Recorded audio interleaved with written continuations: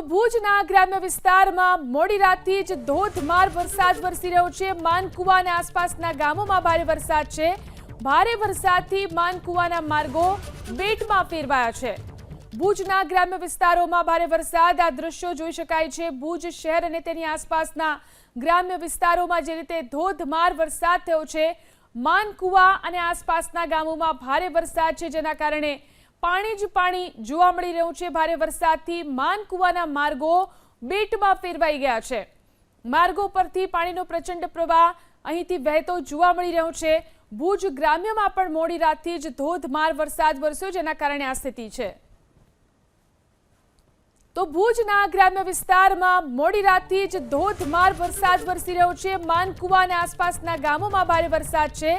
ભારે વરસાદથી માનકુવાના માર્ગો બેટમાં ફેરવાયા છે।